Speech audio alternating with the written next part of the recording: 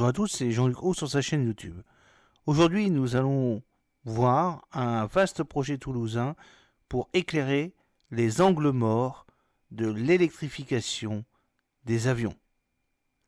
À Toulouse, l'IRT Saint-Exupéry mène un projet à 60 millions d'euros pour étudier jusqu'en 2030 un panel d'une dizaine de technologies manquantes, mais pourtant indispensables à l'électrification de l'aviation.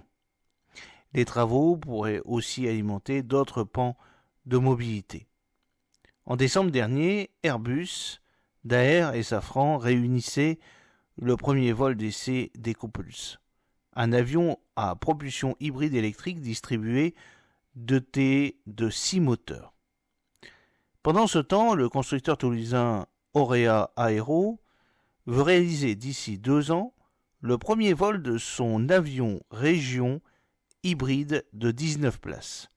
L'Acceptance Flight Technologies finalise depuis la Ville Rose l'assemblage de son premier VTOL électrique à taille réelle. La pépite charentaise, Volta Aero, veut produire en série à partir de 2025 un avion hybride 5 places.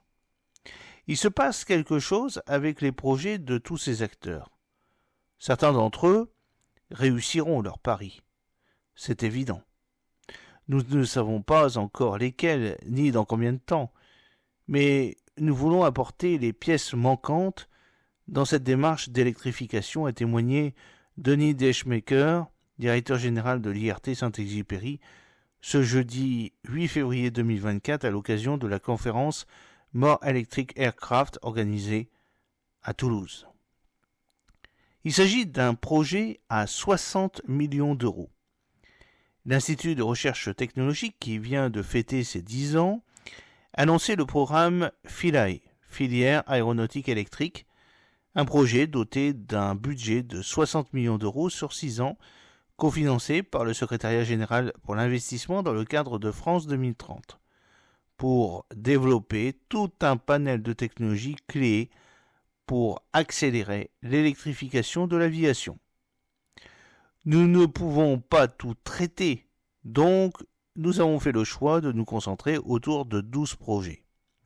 Par exemple, concernant les batteries à semi-conducteurs, nous ne nous occupons pas des batteries en elles-mêmes, mais de la capacité à les embarquer dans un avion.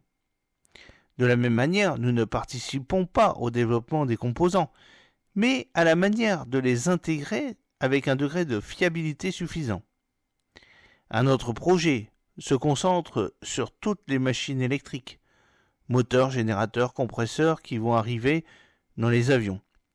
Nos recherches pourront aussi servir à d'autres pays de la mobilité en dehors de l'aéronautique, par exemple, pour l'électrification des voitures. Électronique de puissance, métaux rares, autant d'angles morts de l'électrification qui sont pourtant indispensables à l'émergence de cette nouvelle mobilité. Il faut savoir par exemple que le lancement de la Zoé électrique de Renault aurait pu être compromis par un problème de fiabilité découvert au cours du développement. Certains moteurs subissaient un vieillissement accéléré lié au bobinage manuel de ces pièces.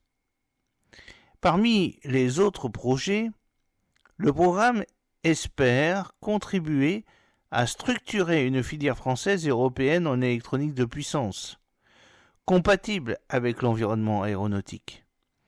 Nous allons aussi étudier les impacts sur les câbles des avions de ces fortes tensions et ces échauffements plus importants.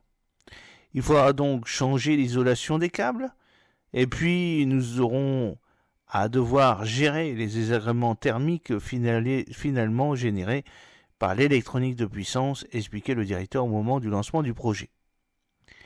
Philae s'intéressera aussi à la manière de remplacer par exemple certains matériaux bannis par le règlement européen REACH pour l'isolation des câbles ou encore l'impact des métaux rares sur la décarbonisation. La Chine, premier producteur mondial de terres rares, a interdit fin décembre 2023 l'exportation de technologies permettant de fabriquer des aimants à base de terres rares. Quel serait l'impact sur notre industrie ?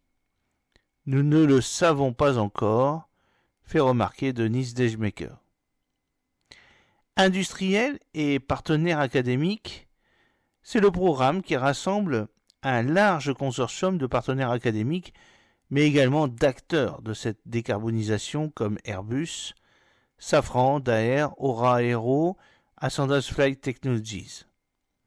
Nous sommes encore une petite équipe et nous ne pouvons pas nous permettre de nous disperser, commente Clément Dinel, cofondateur d'Ascendas Flight Technologies, start-up qui devrait passer la barre de 100 collaborateurs en 2024. Nous nous concentrons déjà sur le développement de notre eVTOL et notre système de propulsion hybride.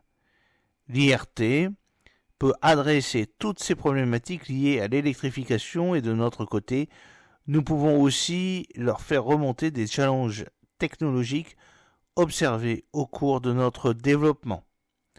Les 12 projets de programme Philae vont mobiliser jusqu'en 2030 près de 25-30 chercheurs, 30 à 50 post-doctorants, 30 doctorants et 50 stagiaires ou apprentis. J'espère que cette petite vidéo vous a plu. N'oubliez pas de cliquer sur le pouce pour la promouvoir, de vous abonner si ce n'est pas encore fait et de partager cette vidéo sur vos réseaux sociaux. À très bientôt, fidèlement, Jean-Luc Haut.